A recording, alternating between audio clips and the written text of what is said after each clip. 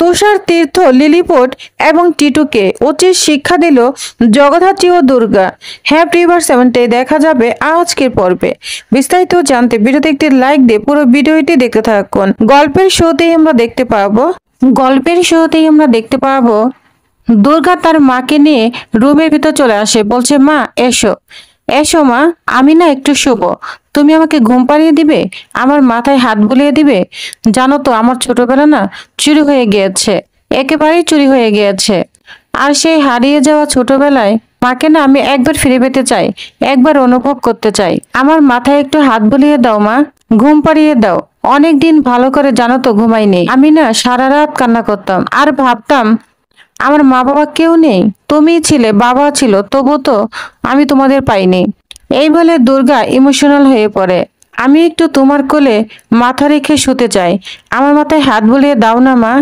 এই বলে দুর্গা তার মায়ের কোলে শুয়ে পড়ে। আর তখন জগদ্ধাত্রী ছোট বাচ্চাদের মতো মাথায় হাত বুলিয়ে গান করতে থাকে, গান করে করে দুর্গাকে ঘুম পাড়াতে থাকে। তখনই দেখা যায় জগদ্ধাত্রীর ফোনে তুষার তীর্থ ফোন দেয়। তখন জগদ্ধাত্রী বলে কে বলছেন? আর তখন তুষার তীর্থ বলতে থাকে তুষার তীর্থ বলছি, জানো তো আমার পাশে না আমার ছেলে রয়েছে, টিটু রয়েছে, আর সঙ্গে আছে লিলিপুট। আমি শুনলাম আপনি নাকি সুস্থ হয়ে উঠেছেন, এবার বাড়িতে তাহলে একটা সাক্ষাৎকার প্রয়োজন আছে, অনেক হিসাব নিকাশ বাকি আছে। তখন জগদ্ধাত্রী বলে কিসের হিসাব নিকাশ? তখন তুষার তীর্থ বলে আমার ছেলের জীবন থেকে 10টা বছর আপনি নষ্ট করেছেন। আমার ছেলে জেলে ছিল, তার ক্রিকেট কেরিয়ার সব শেষ হয়ে গিয়েছে, তার স্বপ্ন সমস্ত কিছু শেষ হয়ে গিয়েছে। আর আপনি সুস্থ হয়ে আপনার পরিবারের সঙ্গে সুখে দিন কাটাবেন, জীবন কাটাবেন, তা কি কখনো হবে? এই তুষার তীর্থ যতদিন বেঁচে থাকবে তা কখনোই হতে দিবে না। তখন লিলিপুট বলে আঙ্কেল ফোনটা আমায় দিন তো। তখন লিলিপুট ফোনটা নিয়ে কথা বলতে থাকে, বলছে ম্যাডাম, জগদ্ধাত্রী ম্যাডাম চিনতে পারছেন? লিলিপুট বলছি আমি না বল করতাম, হ্যাঁ লেগ স্পিন করতাম, বুঝতে পেরেছেন?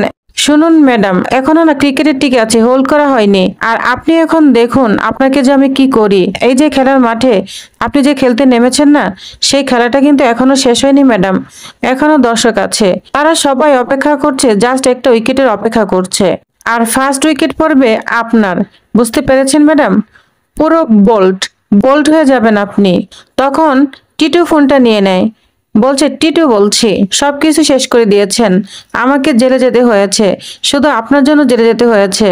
আপনি ছিলেন তদন্তকারী অফিসার, আজকে আপনার জন্য আমার এই অবস্থা।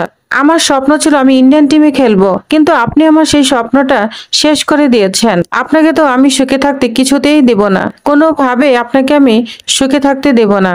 তখন দুর্গা বলে মা তুমি কার সাথে কথা বলছো, কে ফোন করেছে? তখন জগদ্ধাত্রী টিটুকে বলে হুমকি দিচ্ছ? হ্যাঁ মনে হচ্ছে তুমি আমাকে হুমকি দিচ্ছ, কিন্তু দুর্ভাগ্য যাকে তুমি হুমকি দিচ্ছ না সেই জগদ্ধাত্রী মুখার্জি উর্ফে জার্সানাল, সে নিজের দুপায়ে উঠে দাঁড়িয়ে পড়েছে। এখন সে হাঁটছে, চলাফেরা করছে, কথাও বলছে। এমনটাও হতে পারে কাল সে হাতে বন্দুক তুলে নেবে। পরখ করে দেখবে নাকি একবার পরখ করে দেখতে পারো এখনো সে আগের মতো দুটো হাত সমান্তরে চলছে কিনা, দেখতে পারো পরখ করে। আর তখন টিটু চিৎকার করতে থাকে। জগদ্ধাত্রী বলে একদম চিৎকার করবে না, ঠিক আছে, একদম না। তখন দুর্গা বলে মা তুমি আমায় ফোনটা দাও তো। দুর্গা ফোনটা নিয়ে একদম চেট মারতে থাকে টিটুকে, বলছে এই কে বলছিস? তখন দুর্গা বুঝতে পারে টিটু ফোন দিয়েছে। তখন দুর্গা বলে এই টিটু লিলিপুট শোন, আমি কিন্তু জগদ্ধাত্রী নই, দুর্গা মুখার্জি, আমার 10 হাত লাগে না, বুঝতে পেরেছিস? আমার দুটো হাতই যথেষ্ট। তোমার বাপকে লিলিপুটকে বলে দিও বেশি কথা না বলতে, তাহলে একদম কেলে কানপুর পেরিয়ে পোলান আর মেরে না একদম মগরহাট পাঠিয়ে দিব, বুঝেছো? আমার নাম দুর্গা, এক দুর্গাই না রক্ষী নেই, তার উপর জগন্নাথের দর্শন। শোন বলছি, ফোনটা রাখ। এই বলেই দুর্গা ফোনটা রেখে দেয়। তখন জগদ্ধাত্রী বলে তুমি এভাবে কথা বলছো কেন দুর্গা? তখন দুর্গা বলে হ্যাঁ আমি এইভাবেই কথা বলবো, আমি না সব আগুন দিয়ে জ্বালিয়ে পড়ে ছারখার করে দিব। তখন জগদ্ধাত্রী বলে এইভাবে কথা বলছো কেন, তুমি আইন নিজের হাতে তুলে নিবে? তখন দুর্গা বলে আমার মাকে হুমকি দিলে আমি কোনো আইন টাইন মানবো না, বুঝতে পেরেছ? অনেক বছর পর আমার মাকে ফিরে পেয়েছি, আমি আর কোনো কারণেই আমি আমার মাকে হারাতে চাই না। তখন জগদ্ধাত্রী বলে দুর্গা শান্ত হও, কি বলছিস? আরে কিচ্ছু হবে না আমার, তুই দেখে নিস, আমার কিচ্ছু হবে না। আমার সাথে আমার দুর্গা রয়েছে, পুরো পরিবার রয়েছে আমার সাথে। তাহলে আমার কি হবে? কিচ্ছুই হবে না। তখন তুষার তীর্থ বলতে থাকে, কি বললো তোদের? তখন টিটু বলে, থ্রেট করেছে আমাকে, ডেড। জার্সানালকে আমি কিছুতেই ছেড়ে দিব না। আমার লাইফ পুরো হেল্প করে দিয়েছে, ওকে আমি ছেড়ে দিব না, কোনোভাবেই ছেড়ে দিব না। তখন লিলিপুট বলে, আরে তুই ভাবিস না, এই লিলিপুট আছে তো নাকি? আমার মাটির উপরে 5 ফিট আর মাটির নিচে আরো 15 ফিট আছে। আমি একটা ছক কষছি, একেবারে ফাটাফাটি ছক, একেবারে ফাটাফাটি স্পিড, আর বল যাবে আর জাস্ট উইকেট পড়ে যাবে। বুঝতে পেরেছিস? এদিকে জগদ্ধাত্রী রান্নাঘরে চলে এসেছে। জগদ্ধাত্রীকে দেখে বৈদেহী তো অবাক হয়ে যায়, বলছে, তুমি কেন কিচেনে এসেছো? তোমার কি কি লাগবে বলো, আমি সব বানিয়ে দিব। আমি আছি তো। তুমি সকালে কি খাবে? চা খাবে না কফি খাবে? ব্ল্যাক কফি খাবে নাকি জুস বানিয়ে দিব? তুমি বসো এখানে, আমি নিয়ে আসবো। বলো কি খাবে? তখন জগদ্ধাত্রী বলতে থাকে, মা আপনাকে না চিনতেই পারছি না, অন্য মানুষই মনে হচ্ছে একেবারে। তখন বৈদেহী বলতে থাকে, অন্য মানুষ আবার কি? তুমি বসো এখানে। তখন দুর্গা বলে, মা ঠেলার নাম বাবাজি, বুঝলে? কারণ ঠাম্মা ভালো করেই জানে আমার মায়ের সেবা না করলে ঠাম্মার কি হাল হতে পারে। আর তখন দুর্গা বলে, হ্যাঁ হ্যাঁ, আচ্ছা জগদ্ধাত্রী, তুমি কি ব্রেকফাস্ট করবে বলো? তো অনেক ধরনের আইটেমের কথা বলতে থাকে বৈদেহী মুখার্জি। যা শুনে জগদ্ধাত্রী বলে, মা এই যে এত কিছুর নাম বললেন, এসব রান্না করতে পারেন? তখন বৈদেহী বলে, হ্যাঁ পারি তো, সব শিখে নিয়েছি, জানো তো, সব শিখে নিয়েছি। তোমার মেয়ে দুর্গা, দুর্গা আমাকে সব শিখিয়ে দিয়েছে। তখন দুর্গা বৈদেহী মুখার্জিকে নিয়ে আরো মজা করতে থাকে। তখন বৈদেহী বলে, জানো তো জগদ্ধাত্রী, তোমার মেয়েকে না আমি অনেক ভালোবাসি, বড্ড ভালোবাসি। তুমি না একটি মিষ্টি মেয়ে জন্ম দিয়েছো, একেবারে আমার হাড় না জ্বালিয়ে খাচ্ছে। মনে মনে বলতে থাকে, আচ্ছা জগদ্ধাত্রী তুমি বসো, এসো, তোমাকে আমি ব্রেকফাস্ট বানিয়ে দিচ্ছি। আর তখনই দেখা যায় ওইখানে চন্দ্রনাথ মুখার্জি চলে আসে। চন্দ্রনাথ মুখার্জি এসে বলতে থাকে, জগদ্ধাত্রী ম্যাডাম, তাহলে তুমি আবার সুস্থ হয়ে শ্বশুরবাড়িতে ফিরছো, তাই তো? তোমাকে ওয়েলকাম জানাচ্ছি নতুন জীবনে ফিরে আসার জন্য। তাহলে জগদ্ধাত্রী মুখার্জি, তুমি আবার এবারে বউ হয়ে সবার দায়িত্ব নিবে, তাই তো?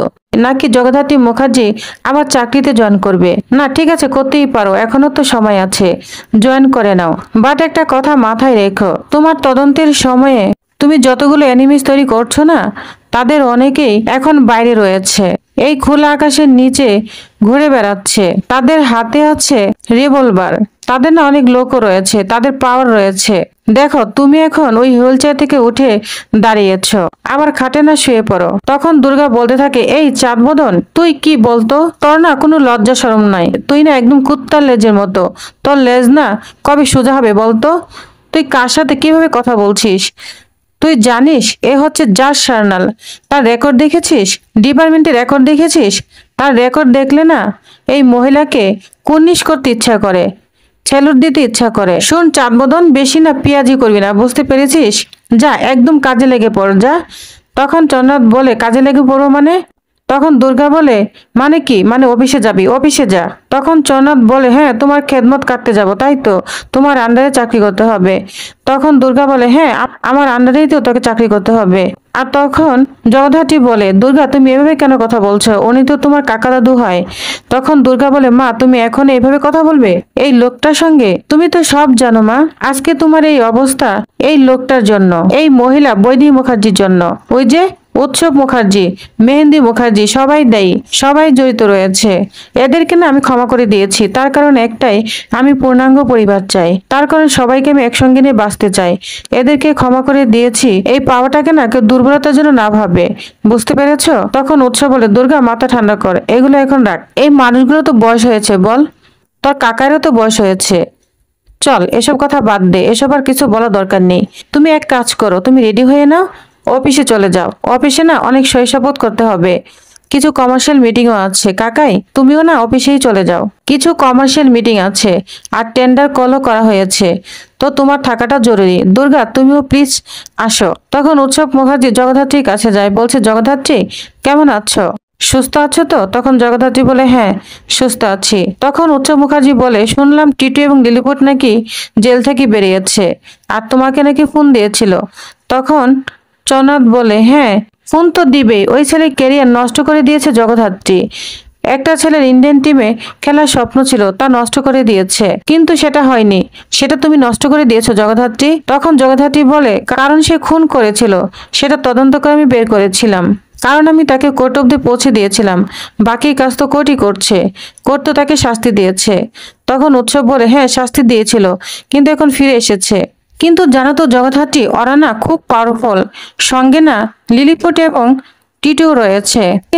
ওদেরকে নিয়ে জানো তো একটাই ভয়, ওরা না সহজে হাল ছাড়ে না। আর তখন জগদ্ধাত্রী বলে, ওদেরকে বলে দিও যে কোনো দিন, যে কোনো সময়, যে কোনো গেম খেলতে প্রস্তুত আছে এই জাসানাল। জাসানাল মরেও যায়নি, হারিয়েও যায়নি, শি ইজ ব্যাক। এটা বলে উৎসব অনেক অবাক হয়ে যায়, আর তখন ওইখান থেকে চলে যায়।